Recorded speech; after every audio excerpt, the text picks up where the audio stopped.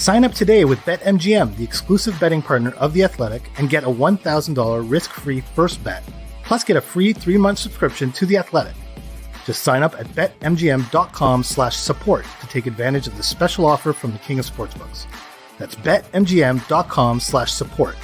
New customer offer, paid in bonus dollars. Visit betmgm.com for terms and conditions. Must be 21 years of age or older to wager. Colorado, Indiana, Iowa, Michigan, New Jersey, Nevada, Pennsylvania, Tennessee, Virginia, or West Virginia only. Excludes Michigan disassociated persons. Please gamble responsibly. Gambling problem? Call 1-800-522-4700 in Colorado, Nevada, and Virginia. 1-800-270-7117 for confidential help in Michigan. 1-800-GAMBLER in New Jersey, Pennsylvania, and West Virginia. And 1-800-BETS-OFF in Iowa. In Tennessee, call or text the red line at 800-889-9789. If you or someone you know has a gambling problem and wants help, call 1-800-9-WITH-IT in Indiana. Promotional offer not available in Nevada.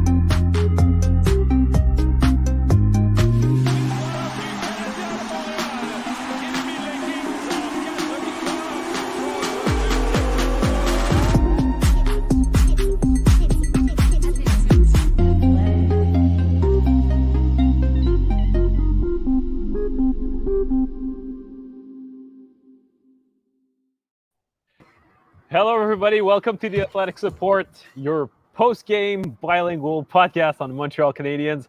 Arpon, bonsoir, good evening. How are you? Good, man. Good.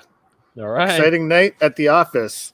My goodness. Wow. In front of 2,500 people who left pretty happy with what they saw. Most of them. There are a few blue shirts in there, but I mean, what a night, what a show, and we've got a Game 7 on our hands. Yeah. A lot to say about the night. This was one of the most special nights of my career in terms of, I've been in some pretty crazy arena atmospheres. This was not as crazy as it, but considering the context of everything and considering what it took to get us to this night, tonight was really special. Those 2,500 people did their best. They tried as hard as they could to replicate what 21,000 feels like in this building, right from warm up.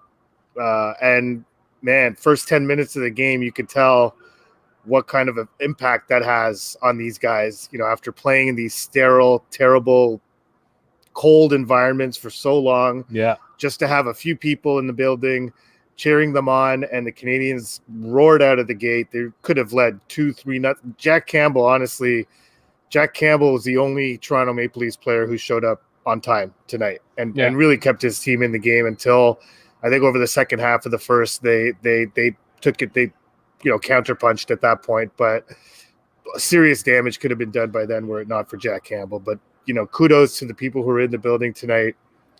You created a really special atmosphere for everyone and a moment that I'm not going to forget. This is up there in my career for cool things I witnessed. Yeah, I agree with you. And also, I mean, the Canadiens roared out of the gate. They didn't manage to score, but the first period, could have been so important because, I mean, they've been very effective in the first period in this series. Second and third period have been a lot more complicated. So how big was it to have 2 power play goals to, let them take the lead? I mean, Tyler Toffoli has not had the easiest series so far, but he came up with a huge goal. But prior to that, there's also that goal scored by Corey Perry that was challenged by Sheldon Keefe. And it's funny because it was a questionable challenge, and it sort of mirrored what we saw earlier on in the series when Dominique Charme decided to challenge a call that he didn't have a lot of chance to overturn. So in this case, the Maple Leafs went in that same direction, and it paid off for the Canadiens. So in that sense, both coaches, they traded the courtesy, if you will. Yeah.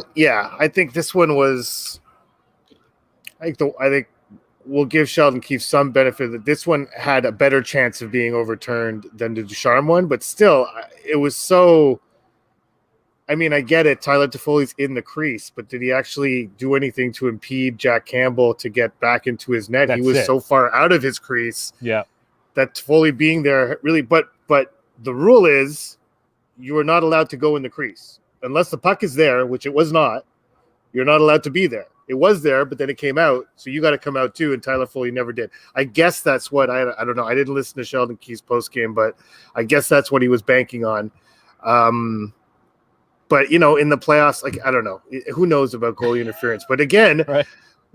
Ducharme taking that risk put his team back on the penalty kill, and that's exactly what Sheldon Keefe does. Oh, that's it. Mitch Marner has a total brain cramp and sends a puck into the stands, and that wouldn't have been so bad were it not for Sheldon Keefe challenging a goal that was really iffy. And I mean, there's a risk-reward thing there, and the way these things go, it's pretty high risk because who knows what these guys are going to call on these situations. So yeah, that and then it only gets compounded by Mitch Marner. The Canadiens convert on the 5-on-3, which they haven't done a whole lot of this year, to be honest. They've been pretty bad.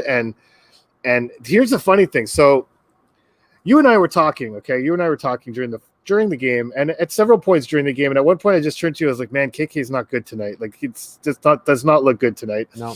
And who does Ducharme send out to start the 5-on-3? Jesperi Kotkaniemi. Cole Caulfield sitting on the bench. Yeah. And I'm thinking, what are you doing? What game are you watching? What is the matter with you? So 15 seconds into the 5-on-3, Kotkaniemi gives the puck away. The Leafs send it down the ice. Kotkaniemi to the bench, Caulfield on the ice. And so just to give a summary of what's cool about the playoffs, tonight was not a good night for Jesperi Kotkaniemi. He played 15 minutes overall. He was not all that great in regulation time. He was sent on the ice with a minute 20 left. 2 minutes. 2 minutes left in the third period. Yeah. And I was like, what the hell is this guy doing? This is crazy. He's not having a good night. But good on him for trusting him. He winds up coming through with the goal, winds up shooting a puck that he often doesn't do in a situation like that with support. He had options to pass that puck, did not. Ducharme's been on him for forever to do exactly what he did tonight. But this is what's cool about the playoffs. You can have a so-so early night, and be the hero in overtime. And frankly, he's been so-so for a couple of games. I feel like Ducharme said he's been really happy since he went in. And I think the first couple of games he went in, he was good. Last couple of games, maybe a little bit less, but maybe this will give him a boost for what's going to be the biggest game of his career on Monday night. So obviously the overtime winner makes him an automatic hero, but there are a few heroes in that game. So we'll go through them. And let's start with another rookie. Jake Evans came back from injury. He was injured. After game one, the Canadiens missed him for 4 games, and now he comes back tonight. And not only does he take Thomas Tatar's place alongside Danault and Gallagher, is faced with a super tough matchup against the Matthews line, but he ends up, considering it's overtime, yes, but he ends up playing 23 minutes. And he was you could see right from the get-go, right from that first period, that he would be very effective. He had a lot of jump, a lot of feistiness in his game, very aggressive on the PK. I mean, I love this game, and he was a difference maker tonight. Yeah, and honestly, I got to give Dominique Ducharme some credit. I think he's taken a lot of heat in this series. He's been very second guessed. He's been questioned on everything he's decided to do. Alexander Romanov hasn't played. Kotkaniemi doesn't start the series. Caulfield doesn't start the 2 game. Everything, all these decisions that he's made, he's been questioned on. So he deserves credit when you have a guy, a kid, a rookie, as you say, an older rookie, but a rookie nonetheless, coming back from injury.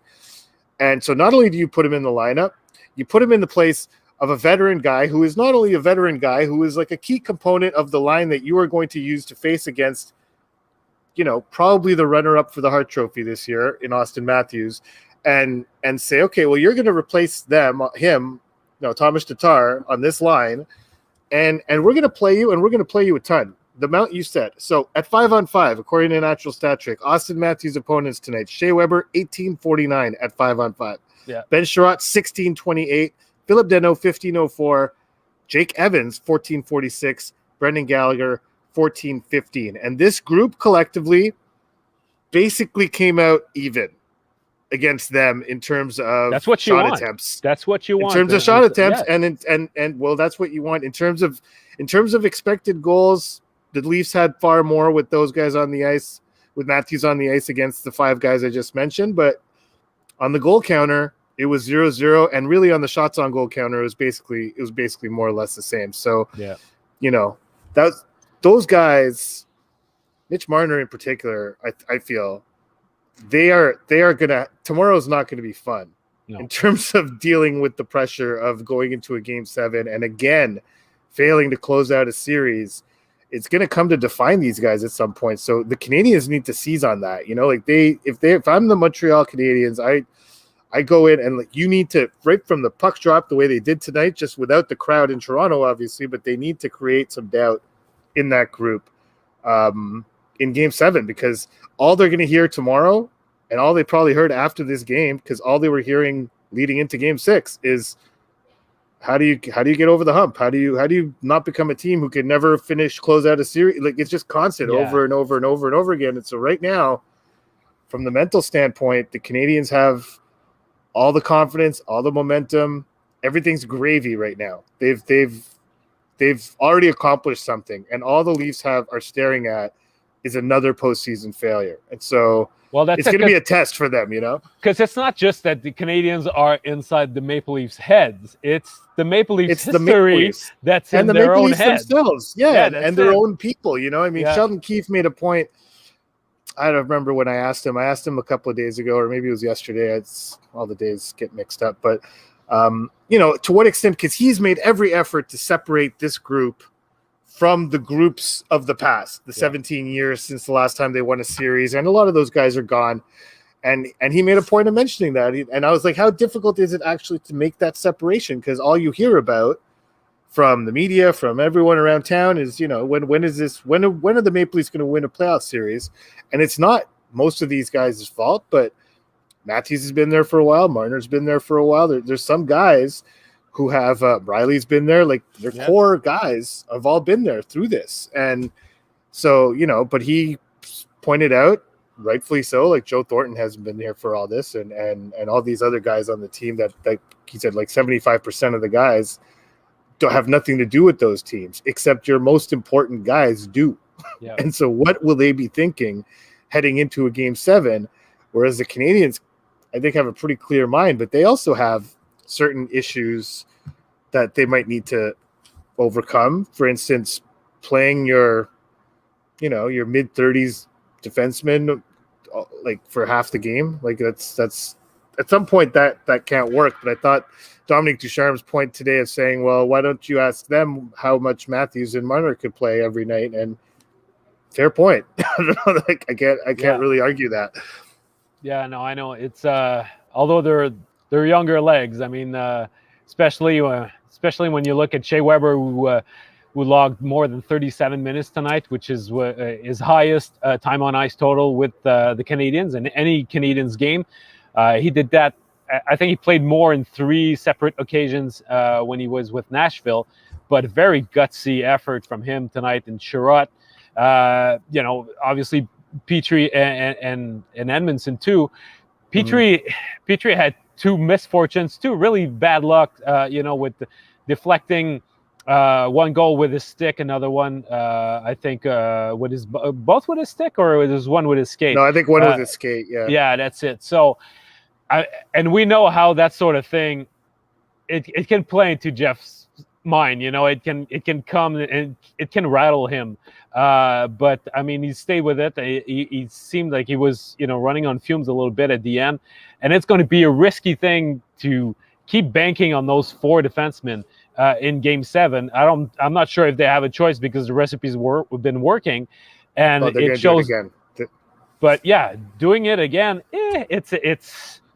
They're going to have. They have no choice. They will have to do it again. The one good thing they have going for them, I guess, is that what it tells me is that they have limited trust in the other guys. And so for all that's been said about the Canadiens' depth, well, up front, sure, there's plenty of it, but back there in the back end, it's very limited. So you trust your 4D, and it's been working well so far in that sense. So, well, it's been working. I'd say. It's bending but not breaking, basically. Yeah. So yeah. Well, they don't. There's no there isn't a defenseman arriving before Game 7. There's not a new player coming. So I'm sure everyone could say, well, why don't you play Alexander Romanov? Well, if he was in the lineup, then he'd be sitting on the bench tonight. Clearly the coach has made it clear that he doesn't think the kid can play at this point. So I mean, he's late. Listen, they've won 2 games in a row doing this. Yeah, it's not like we haven't seen it before. We saw it last summer. It's the exact same formula. Right.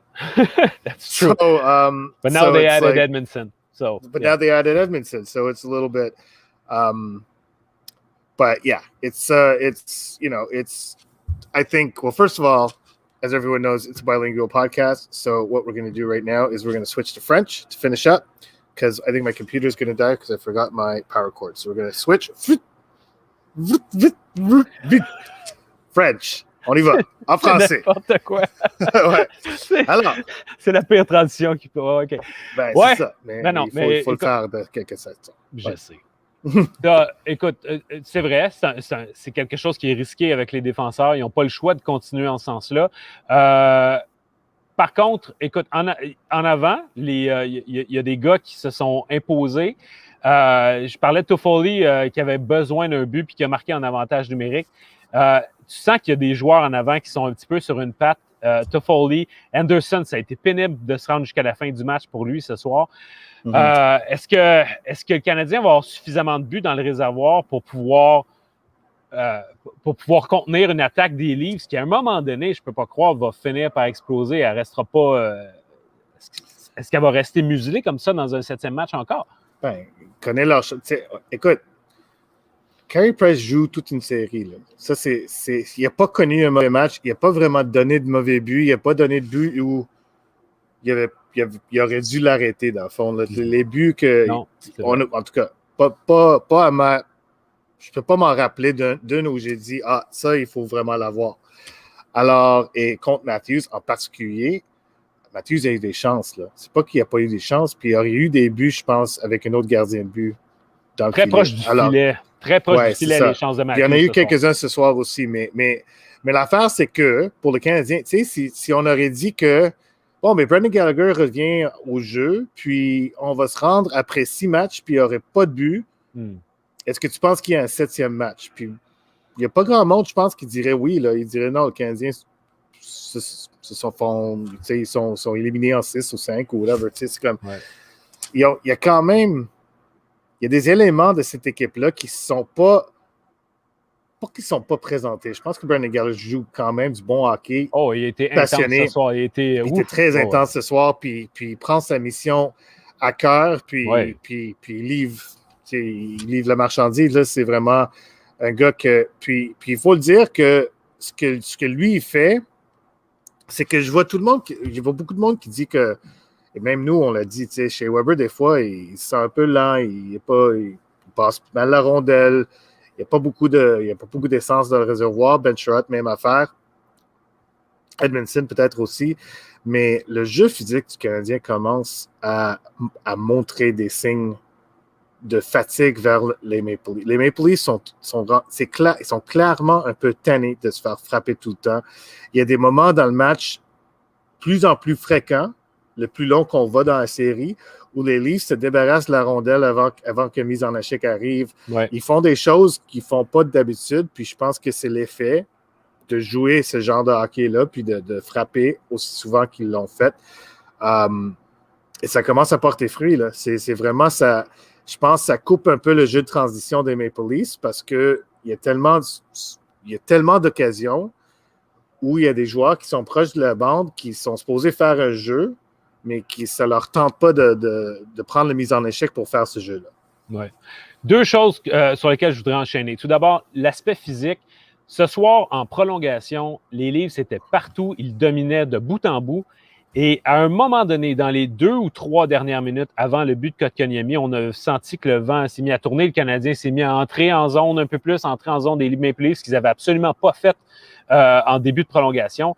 Et j'ai l'impression que s'il y a un moment où la pression a comme changé de côté, où tu as senti que le Canadien, OK, on est encore dedans, puis on peut arrêter de jouer sur les talons. C'est une mise en échec de Ben Sherratt, je crois, aux dépens de Mikheyev.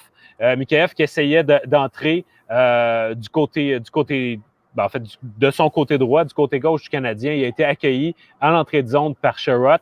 Et à partir de ce moment-là, on a senti qu'il y a comme eu un espèce de petit momentum qui a changé de côté parce que ça ne fonctionnait que pour les Leafs à ce moment-là, en prolongation.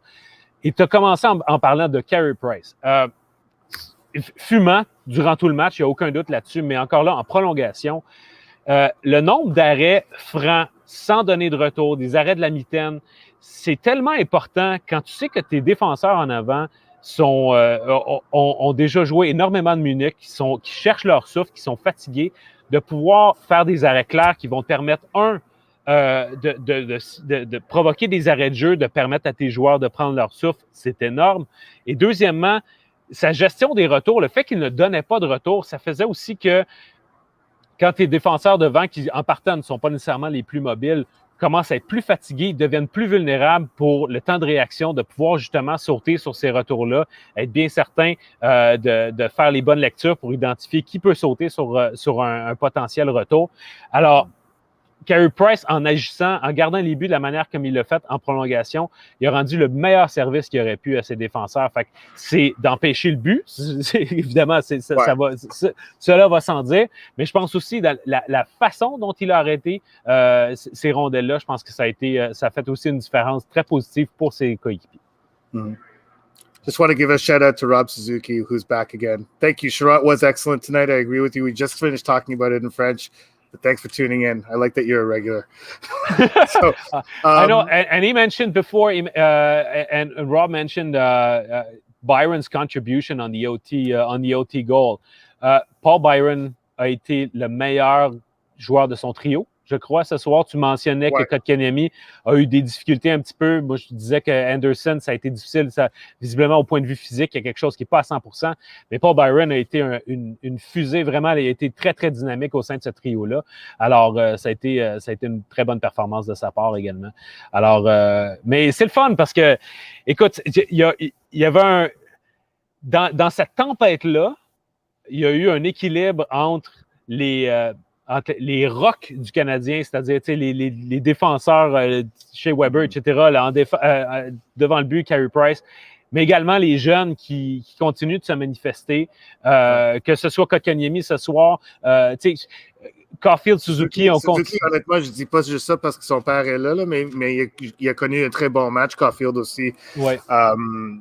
Je pense que les autres aussi, depuis 3 matchs, c'est eux autres qui conduit leur trio. Toffoli a marqué ce soir, mais c'est pas très convaincant la plupart du temps avec lui. Là. C'est vraiment Suzuki et Caulfield qui provoquent des choses. Suzuki, à un moment donné, a fait un passe complètement ridicule, juste d'un cercle à l'autre dans la zone offensive en faisant une geste, puis c'était sur la palette de Caulfield de l'autre bord. Alors, c'est de là la chimie qui continue à s'améliorer. Ouais. C'est bon signe pour le Canadien, puis avoir un Kotkaniemi plus en confiance après ce qui s'est passé ce soir, parce que je pense que du début de la soirée à la fin de la soirée, c'était un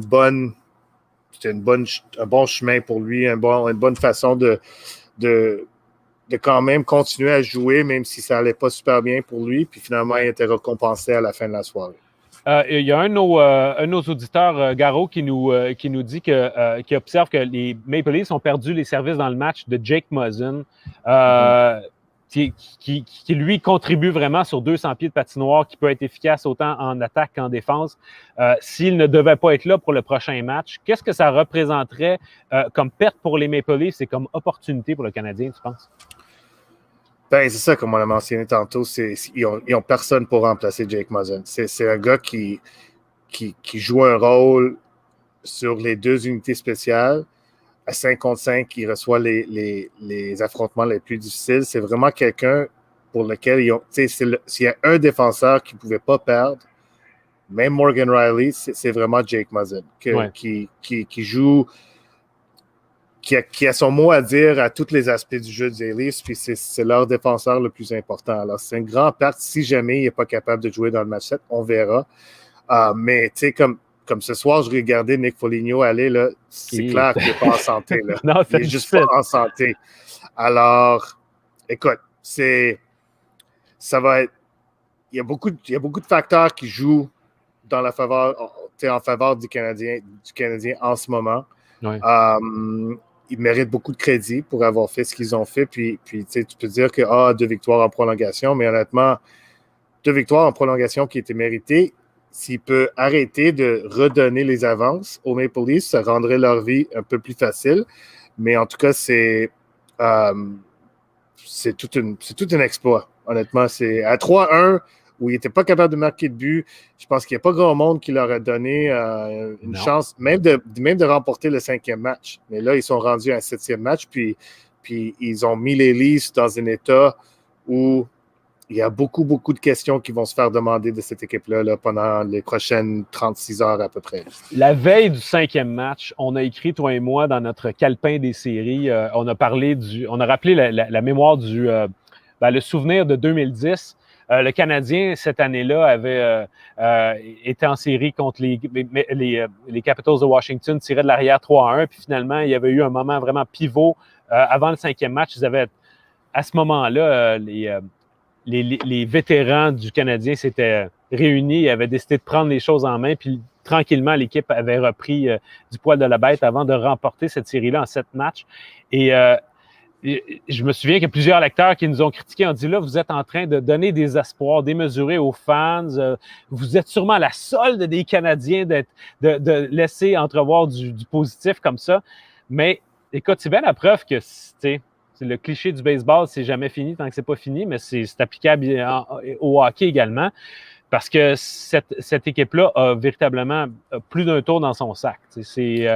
Et d'une certaine manière, puis si on peut prolonger la comparaison avec 2010, en 2010, il y avait eu un 6e match à Montréal qui avait été historique avec la performance de Yaroslav Halak, mais à sa manière, le match de ce soir, jouer devant des partisans pour la première fois en plus d'1 an, a quelque chose d'historique d'une certaine manière parce que, comme tu le disais en anglais au début de notre podcast, ça va être un moment marquant de dire on a couvert ce match-là. Oui, absolument. Sinon, moi, je me rappelais de ça de toute le reste de ma carrière, c'est certain, c'était spécial. Et la foule a eu son mot à dire. Là. C'est vraiment, ça a eu un impact. Je me demandais à quel point ça peut avoir un impact, honnêtement. Mais la foule a aidé le Canadien ce soir. Peut-être pas rendu aux fins du match, mais au début, c'était facile à voir. C'était évident. Alors, félicitations à eux autres. Nous, on va revenir vous voir après le match 7. Ouais. Alors, on verra lundi soir ce qui va se passer, mais en tout cas, en attendant, vous pourriez nous lire peut-être demain matin ou plus tard ce soir sur Athlétique, mais... demain matin? Ouais. Demain matin, alors qui est là? Ouais, c'est ça. Alors, merci beaucoup tout le monde pour avoir été avec nous. Puis on se revoit et on se reentend lundi. Ce serait le match 7. Merci, au revoir tout le monde.